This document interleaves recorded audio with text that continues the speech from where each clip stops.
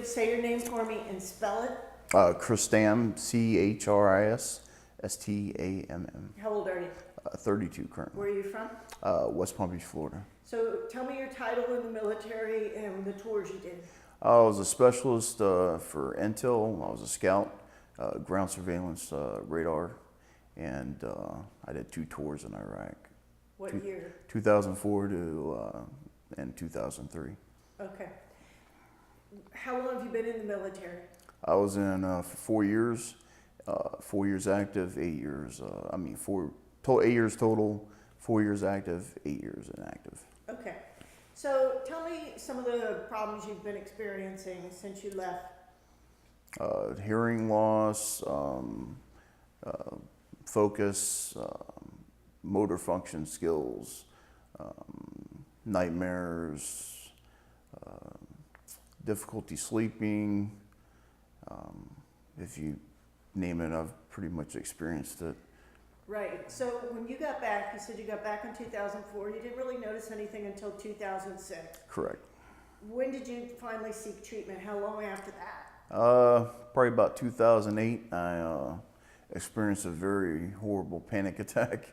Thought I was dying, thought I was having a heart attack, and I was diagnosed with PTS before then, and I kind of like ignored it and thought I was better than, I didn't want to be the one that goes to the seeking treatment and taking drugs. I never believed in taking medicine before, and then I just, it was a downward spiral from 2008 till now. So you went to the Veterans Hospital, and what did they do for you? They've done everything they can for me. Scans of all sorts, medicine if I need it, therapy if I need it, and they've been really good. But it didn't work. Yeah, nothing's worked so far. So, I've seeked outside assistance with the issues that I've had, and just so happened I had a procedure done, and one of the nurses that worked there knew about this program, and she gave me the info, and I contacted Mr. Crowley, and he's helped me out so far. So tell me about, you've had 4 treatments. Tell me about the treatment so far. The treatment so far, I've, first day it was a little difficult, a little panic attack inside the chamber when it leveled off, but after that it's been smooth sailing so far. Noticed sleep pattern has helped a little bit, sleep a little bit more, but it's early, so I don't know. I'm not going into this expecting much, because I've done that in the past and haven't had any real results, so I've come in with low expectations and hoping for some sort of gain. So, what has the problems that you've had, what has it kept you from doing? Majority living my life the way I used to live. I wanted to go to college. I had a security clearance. I could have went and worked for a private firm somewhere. I could have done anything. I didn't have a low IQ. I had a high IQ. I used to race. It's kept me from driving pretty much. Personal life is, family, it's put a real strain on relationships with people, because I'm hard to deal with, to be honest with you. So You're hard to deal with because you get angry. Yeah, angry, frustrated. It's hard for people in my life to understand what I go through.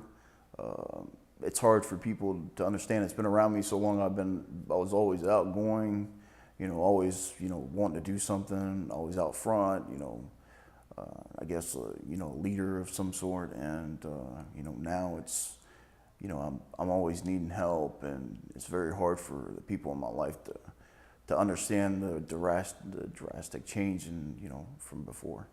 I know you said your expectations are low, but what are you hoping for? I'm hoping for some sort of change. I'm hoping to be able to drive again and, have some sort of function.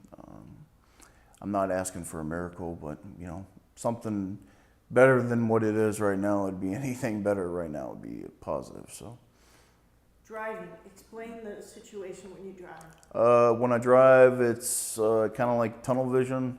It's I had to go through periods where I'll forget where I'm at. you know, I might get too close to a car. It's just it's a dangerous situation for me. I mean, if I drive in short periods, I'm seem to be fine, but anywhere long distance, it starts to get taxing on me. And what happens? You get disoriented to the point where you need to go park the car or something? Something like that. It's kind of like putting your hands up to the side of your face and not really paying attention to your surroundings. It's more or less, it's just straightforward. You don't remember where you're at sometimes. You know, I'll go past a red light and I can't remember what red light I went past. So it's very difficult. You mentioned racing, but more specifically race car driving. Tell me about that. What did you do? I used to race. I used to help build race cars and road race some, drag race, you know, legally, not illegally. But, you know, So it was a big part of your life. Yeah, it was a big part of my life, working on cars. You know, I have a sports car sitting at the house right now that's, you know, not even being used. So that's where my life is right now. Working. Can you work? Not right now, no. Unfortunately. I haven't worked since 2006. And it's because the focus issue, I would think, is part of the problem. The focus, hard to sleep, you know, very difficult to get along with, to be honest with you. Any little thing could set me off. At some point, before I could control it, now I can control it a little bit more, but, you know, just a real nasty attitude to people I don't know. If someone would say something stupid to me, I'm liable just to grab somebody. You know, I don't want to be like that anymore, so that's why I'm trying to get help. And an average night's sleep, what would you say? 4 hours, maybe 5, if I'm lucky. Some nights I wake up in a sweat, you know, nightmares, dreams, all sorts of stuff. And the dreams, nightmares, do they take you back to Iraq? Some do. Some are more and less like people in my life getting hurt, me having to, you know, try to help them. It's some are about Iraq, but mostly dreams I don't remember. You know, at this point now, but I do at the time, and it's a mixed bag of. It's always something in distress usually. You mentioned you have seen a little bit of a difference with your sleep. What would you say now since you had the 4 treatments? Well, the first night when I went home, I slept from 7:30 to 10:30 the next day, so that was a pretty big difference. I slept all through the night. Man, you must have felt really rested. Yeah, I felt really relaxed the next day. Strange having not had that for some time. Yeah, very strange. Anything else you want to add? I mean, are you sorry you went to Iraq? No, I actually had fun. I thought it was fun. I had no problem doing it. I'm not happy with the outcome where I'm at right now. Do you feel enough is being done to help soldiers? No, not enough.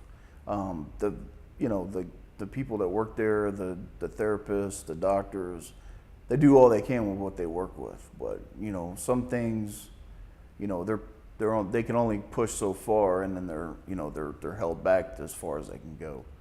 So these treatments are expensive, and that's probably why the military may not have them readily available to people. If this turns out to be a great thing for you and your life changes, will you help to get the military to, you know, decide that this might be something that soldiers should go through when they come home? All I can do is say, you know, what changes me. I don't know what one man can do by himself, but you know, I can, you know, if it helps me, and you know, it's got to be able to help other people. So, you know, I'd be willing to do anything, you know.